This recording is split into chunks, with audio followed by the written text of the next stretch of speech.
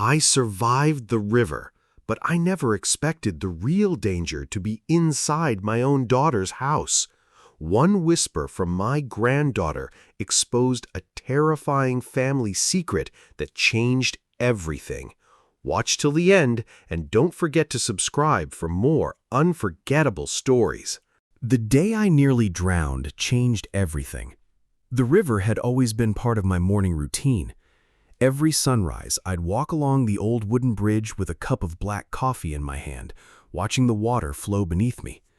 I had crossed that bridge thousands of times without thinking twice, but on that cold October morning, one rotten plank gave way beneath my feet. I remember the sound of cracking wood, then freezing water, then darkness.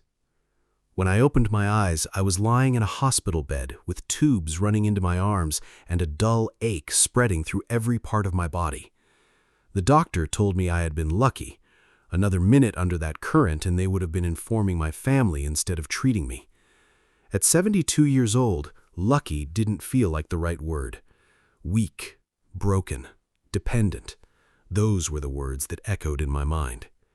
My daughter, Emily, stood beside my bed with tears in her eyes. "Dad," she whispered, squeezing my hand, "you're coming home with us. No arguments." I wanted to refuse. I'd lived alone ever since my wife, Margaret, passed away 5 years earlier.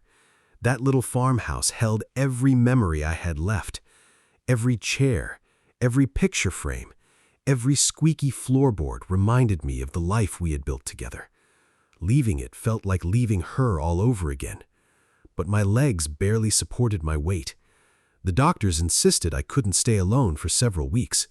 So, for the first time in my life, I accepted help. Emily's husband, Jason, picked me up from the hospital 2 days later.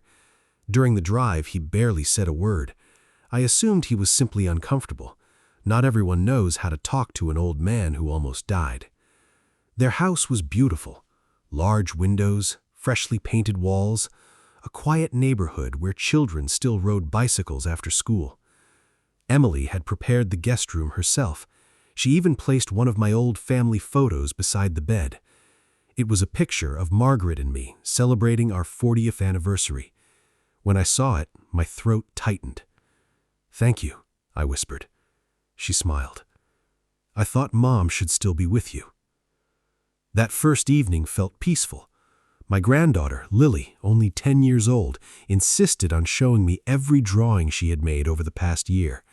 She talked non-stop about school, her science project, and the stray cat she had secretly been feeding outside. For the first time since the accident, I laughed. Real laughter, the kind that makes your ribs hurt. I went to bed believing maybe life was giving me a second chance. Maybe this unexpected disaster had brought my family closer. I couldn't have been more wrong. The next morning, I woke before sunrise. Old habits never disappear. The house was silent. I slowly walked downstairs using my cane, hoping not to wake anyone. As I reached the kitchen, I heard voices coming from the dining room. Emily and Jason. They didn't know I was awake. "I can't keep pretending," Jason said in a low voice. "It's temporary," Emily answered. "He almost died." "I know what happened." "No," Emily replied, sounding exhausted.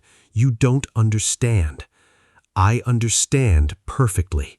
Ever since your father arrived, everything changed." There was a long silence.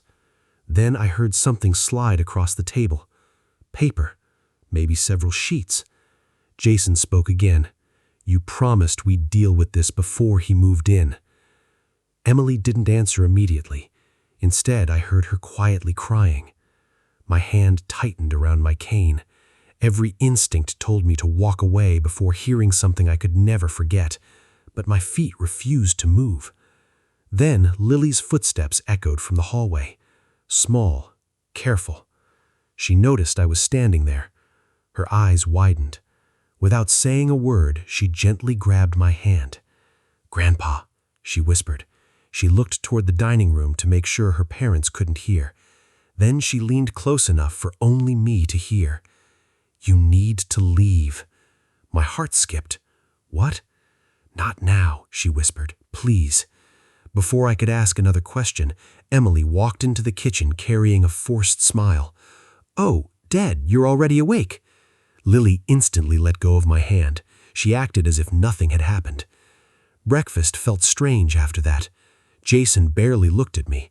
Emily kept trying to start conversations that quickly died. Only Lily remained unusually quiet. Every few seconds, she'd glance toward me with worried eyes. I couldn't stop thinking about what she had said. "You need to leave." Children don't invent words like that without a reason. Something was wrong. But what? Later that afternoon, Emily suggested I rest while she ran errands. Jason said he had meetings in his office upstairs. Within minutes, the house became almost completely silent, except for Lily. She knocked softly on my bedroom door. "Grandpa? Come in." She stepped inside carrying her favorite stuffed rabbit. She closed the door behind her. Then, without saying a word, she walked to the window and peeked outside, making sure her mother hadn't returned. Only then did she turn back toward me. I wasn't joking this morning. A cold feeling spread through my chest. "Lily," I said, "what do you mean?" She hesitated. Her tiny hands squeezed the stuffed rabbit so tightly its ears folded together. "I heard Mom and Dad talking." "When?" "Last night." "What did they say?" She looked down at the floor. "I wasn't supposed to hear." "It's okay," I said. "You can tell me." She slowly nodded. "I got up to get water. They were in the living room. They didn't know I was there." I waited. Every second felt heavier than the last. "They were arguing about you." My stomach tightened. What exactly did they say? Lily opened her mouth, then suddenly froze. The sound of a car pulling into the driveway echoed through the house. Emily was back. Lily's face turned pale. She rushed toward my desk, grabbed a folded piece of paper from underneath one of my books, and shoved it into my hand so quickly I barely realized what she had done. "Don't let Dad see it," she whispered. Before I could unfold it, she looked directly into my eyes. Fear filled every inch of her face. Then she quietly said, "Grandpa, when you read that, you'll understand why I told you to leave." She hurried out of the room just as the front door opened downstairs. I looked at the folded piece of paper resting in my trembling hands. It wasn't ordinary notebook paper. It was thick, official. There was a blue stamp visible along one corner. Slowly, very slowly, I began to unfold it. I slowly unfolded the document, expecting hospital paperwork or insurance forms. Instead, the first words stopped my breathing. Property transfer agreement. My name was printed across the top of the page. Below it was the address of my farmhouse, the very home Margaret and I had spent 43 years building together. My fingers began to shake. The document claimed that ownership of my house would be transferred after my recovery. At the bottom, there was a blank line waiting for my signature. Another page followed, then another. Each one carried legal language I barely understood, but one sentence appeared again and again. The undersigned voluntarily agrees to transfer all rights and ownership. I stared at the papers for several long seconds. Something didn't make sense. I had never seen these documents before. I had certainly never agreed to anything like this. A quiet knock interrupted my thoughts. I shoved the papers beneath the blanket just before Emily stepped into the room. "There you are," she said with a smile that looked almost rehearsed. "I made your favorite soup." I forced a smile back. "Thank you." She placed the tray beside me and looked around the room. For a brief second, her eyes landed exactly where I had hidden the papers. It lasted only a moment, but I noticed. "So," she said carefully, "how are you feeling today?" "Better." "I'm glad." She hesitated. Then she added, "The lawyer might stop by sometime this week." My heartbeat quickened. "The lawyer?" "Nothing serious," she answered too quickly. "Just some paperwork while you're staying here." Paperwork. That single word echoed inside my head. The same paperwork now hidden beneath my blanket. I nodded without saying another word. Emily left the room. As soon as the door closed, I pulled the documents back out. One page had handwritten notes in blue ink. Someone had circled my signature line several times. Beside it were two words, "Get signed." Those words weren't written by a lawyer. They looked rushed, almost desperate. Suddenly, every conversation I'd overheard came rushing back. "You promised we'd deal with this before he moved in." "Ever since your father arrived." The puzzle pieces were beginning to fit together. But I still didn't know who was pushing this. Emily? Jason? Or someone else? That evening, dinner felt even stranger than breakfast. Jason kept checking his phone. Emily barely touched her food. Lily hardly spoke at all. At one point, Jason looked directly at me. "So, when do you think you'll be strong enough to head back home?"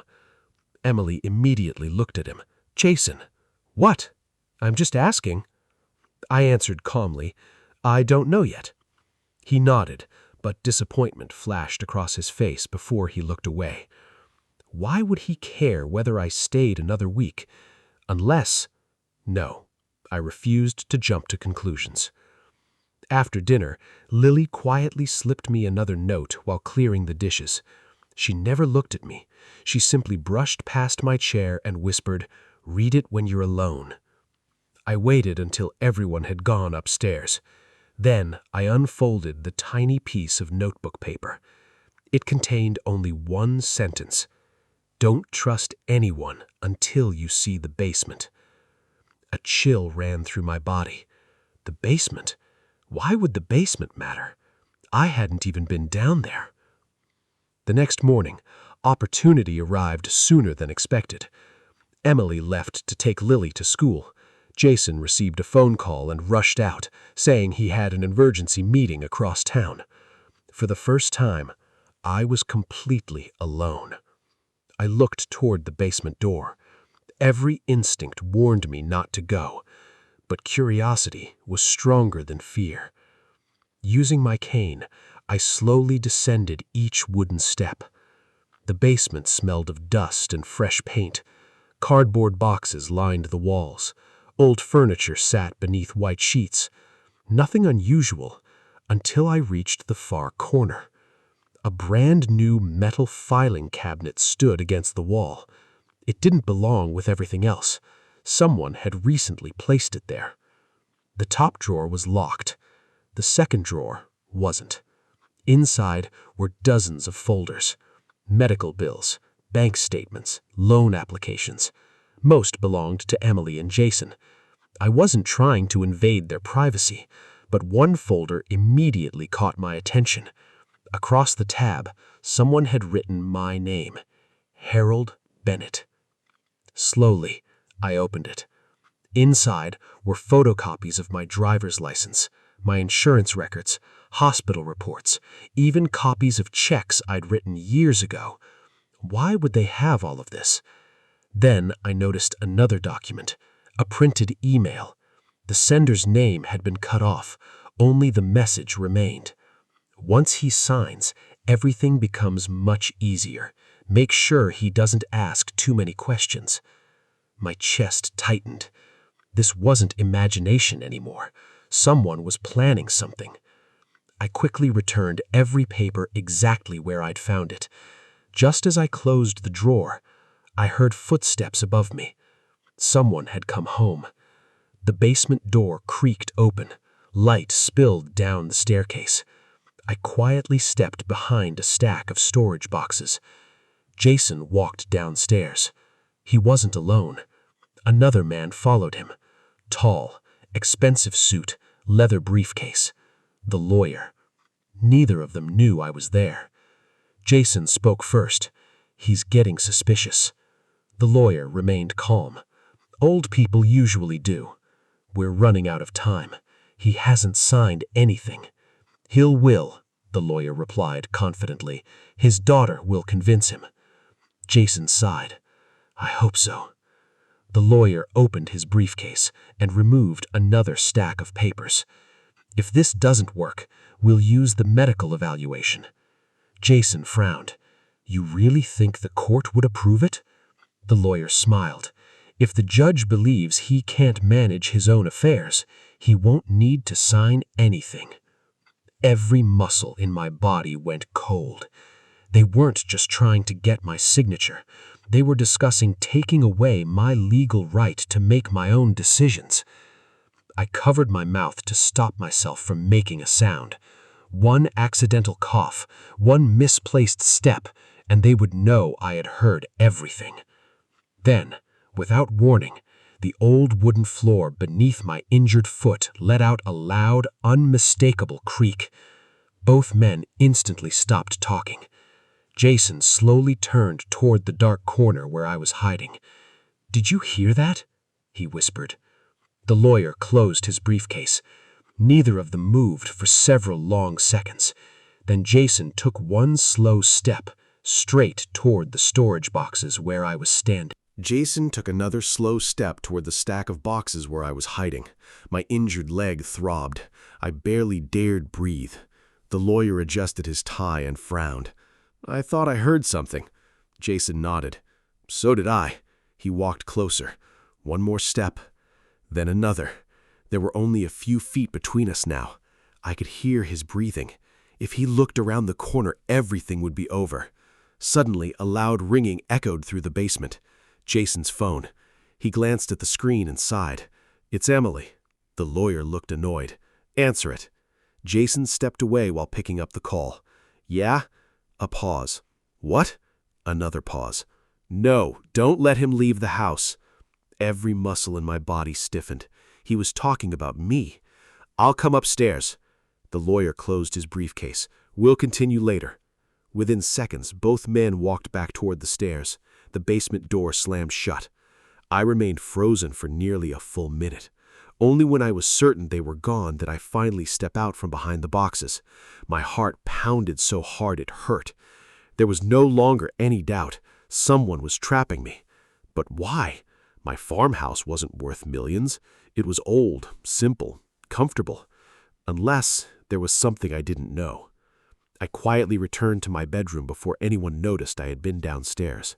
5 minutes later, Emily knocked. "Dad? Come in." She smiled nervously. "You've been resting?" "Mostly." "I'm glad." She sat beside the bed. For several seconds, neither of us spoke. Finally, she reached for my hand. "I've been thinking. I know recovering is stressful, so maybe we should make things easier." "Easier how?" "You've always worried about paperwork, taxes, the house, the insurance. What if we handled all of that for you?" I looked directly into her eyes. "I've handled it for 50 years. "I know, but you're older now." There it was, exactly what the lawyer had mentioned. Older, weak, unable. I forced a small smile. "I appreciate the offer, but I'll manage." Her smile disappeared for the briefest moment. Then it returned. "Of course." Before leaving, she glanced once more toward my bedside drawer, the same drawer where I had hidden the transfer documents. She knew, or at least suspected. That evening I couldn't sleep. Margaret's photograph sat on the nightstand beside me. I picked it up. "You always saw through people," I whispered. "I wish you were here now." For a long time I simply stared at her smiling face. Then a memory returned. Almost 20 years earlier, Margaret had insisted we keep copies of every legal document in a safety deposit box at the First National Bank. "Never leave everything in one place," she'd said, "if anything ever happens." Back then I'd laughed. She'd smiled and answered, "One day you'll thank me." I suddenly sat upright. The safety deposit box. Had anyone mentioned it? No, not once. If Jason believed my farmhouse contained everything, he might not even know the bank records existed. The next morning, I decided to test everyone. At breakfast, I casually said, "I've been thinking about selling the farmhouse." 3 forks stopped moving at exactly the same time. Emily looked shocked. Jason almost dropped his coffee. Even Lily looked confused. Jason recovered first. Really? I don't know. I can't take care of it forever. He leaned forward. Have you talked to anyone yet? No, I'm just thinking. Emily quickly interrupted. You don't need to rush. We can help. Jason nodded too enthusiastically. Exactly. We'll take care of everything. I noticed something else. Neither of them asked whether I wanted to keep the money. They only cared about controlling the process. After breakfast, Lily found me in the backyard. She looked frightened. They're watching you. Who? My dad. He keeps checking your room. Did he find the papers? She shook her head. I moved them. My eyes widened. You what? I hid them somewhere else. You shouldn't have done that. I had to. If he found them...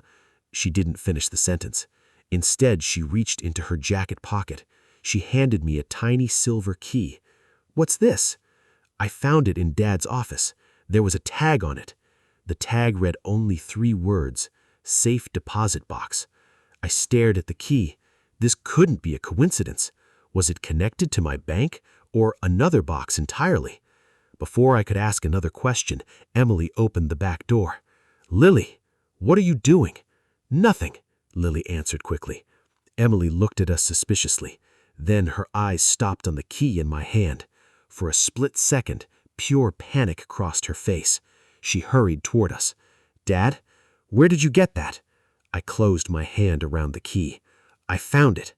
May I see it? Her voice sounded calm, but her eyes weren't. No. She froze. Jason appeared behind her. What happened? Emily answered without taking her eyes off me. Nothing. She was lying. Jason immediately noticed the key. His expression changed instantly. He tried to laugh. Oh, that old thing? It doesn't open anything important. I slowly stood using my cane. Then you won't mind if I keep it. Neither of them answered. Silence spread across the backyard. Finally, Jason forced another smile. Of course. But I saw his clenched jaw. His hands had curled into fists. He was angry. Very angry. That afternoon, I quietly called my old friend Walter. We had served together as volunteer firefighters nearly 30 years earlier. Walter had become a retired police detective. If there was anyone I trusted, it was him. He answered on the second ring. Harold, I heard you had an accident. I did. I need your help. His tone changed immediately. What's wrong? I can't explain everything over the phone. Can you come tomorrow? There was a brief silence. Then he said, I'll be there before breakfast. Relief washed over me. For the first time since arriving at Emily's house, I wasn't completely alone. That night, I hid the silver key in the lining of my old jacket. I also slipped the mysterious property documents into another envelope and tucked them under the mattress. If someone searched my drawers, they would find nothing. Around midnight, I woke to the faint sound of footsteps outside my bedroom door. Slow, careful. Someone stopped directly outside my door. The handle moved very slightly. Then, very slowly, the bedroom door began to open. The bedroom door opened just enough for a shadow to slip inside. I kept my eyes closed, pretending to be asleep. The footsteps were slow and careful. Whoever it was didn't want to wake me. I heard the faint sound of drawers opening, one by one. The bedside table, the dresser, the closet. Someone was searching my room. After several minutes, the footsteps stopped beside my bed. I could feel someone standing over me, watching, waiting. My heart pounded so loudly I was certain they could hear it. Finally, a quiet whisper broke the silence. It's not here. It was Jason. Another voice answered from the hallway. Keep looking tomorrow. The lawyer. They quietly left the room, closing the door behind them. Only then did I open my eyes. I stared into the darkness for a long time. There was no longer any room for doubt. This wasn't about helping an elderly father recover. This was a carefully planned scheme. The next morning, just before sunrise, I quietly dressed and slipped my old jacket over my shoulders. The silver key was still hidden inside the lining. The property documents remained safely beneath the mattress. At exactly 7 o'clock, a pickup truck stopped outside the house. Walter stepped out. Even after retirement, he still carried himself like a detective. Sharp eyes, calm expression. He greeted Emily politely before asking if he could take me out for breakfast. She hesitated. Jason hesitated even longer, but neither could find a reason to refuse. 20 minutes later, Walter and I were sitting in a quiet diner across town. He listened without interrupting as I told him everything. The river accident, the transfer papers, the basement, the lawyer, the secret conversations, the silver key. When I finished, Walter leaned back in his chair. "Harold, none of this sounds accidental. I know, but we need proof." He nodded. "Then that's exactly what we'll get." We drove straight to First National Bank. The moment I showed my identification, the manager smiled warmly. "Mr. Bennett, it's been a long time." "It has. I'd like to access my safety deposit box." The manager looked surprised. "Certainly." A few minutes later, I unlocked the small steel box. Inside were neatly organized folders, exactly as Margaret had left them years ago. Her handwriting appeared on every envelope. One envelope read, "For Harold only." My hands trembled as I opened it. Inside was a handwritten letter. The paper had yellowed with age.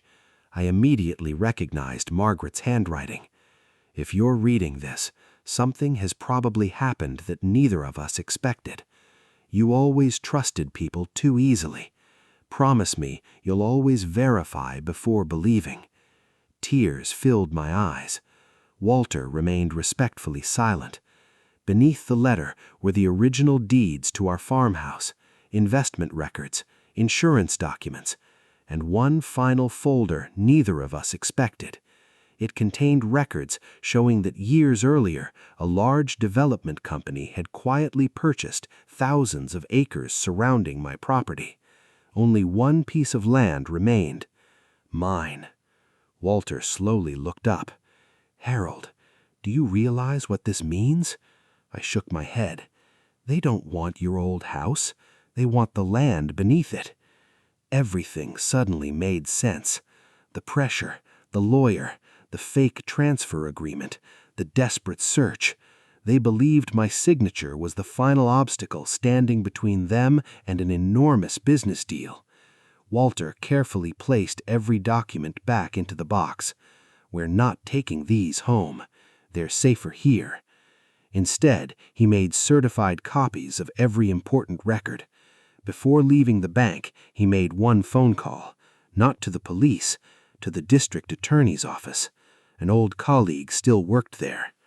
That afternoon, we returned to Emily's house as though nothing had happened. Jason opened the door. "You two were gone a long time." Walter smiled. "Old friends have a lot to talk about." Jason laughed nervously. Emily seemed relieved to see me back. For a moment, I wondered if she truly understood what Jason had been doing, or if she had simply been manipulated into believing it was the best solution. That evening, after dinner, I asked everyone to sit in the living room. Emily looked confused. Jason forced a smile. Lily quietly took a seat beside me. Walter stood near the fireplace without saying a word. I slowly reached into my jacket and placed a thick envelope on the coffee table. Jason's eyes immediately locked onto it. "What is that?" I looked directly at him. "The truth." Silence filled the room. I removed the transfer documents, the copies from the basement, the handwritten notes, and finally, the certified copies from the bank. Jason's face lost all color. Emily looked from the papers to her husband. "Jason, what is all this?" He didn't answer. Instead, he stood up. "This is ridiculous." Walter calmly stepped forward. "No, what's ridiculous is attempting to pressure an elderly man into signing away valuable property."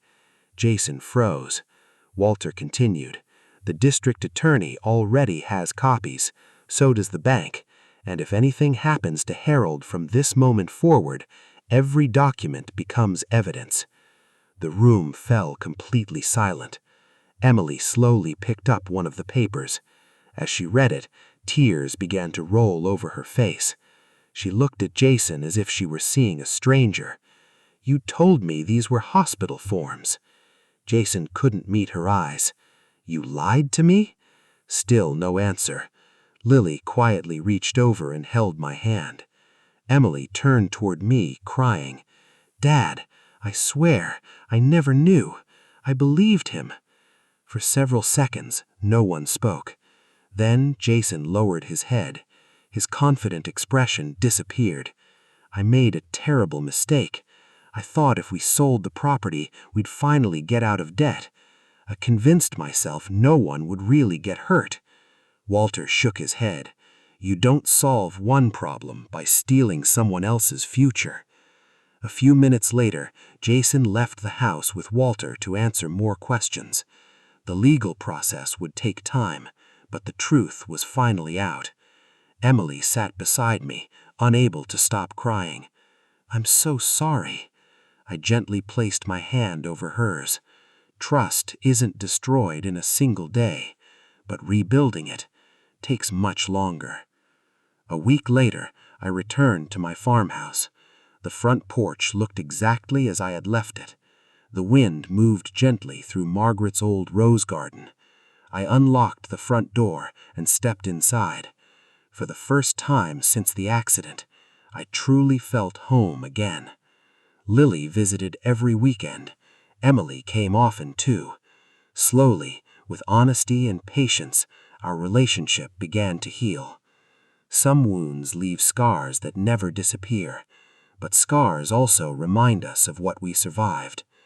As I sat on the porch one quiet evening, holding Margaret's final letter in my hands, I looked toward the setting sun and smiled. Life had nearly been taken from me in the river. Then greed had almost stolen everything I had spent a lifetime building. But in the end, the greatest treasure wasn't my house or my land. It was the little granddaughter who found the courage to whisper the words that saved me. "Grandpa, leave now." Sometimes the smallest voice carries the biggest truth, and sometimes the people who save us are the ones we least expect.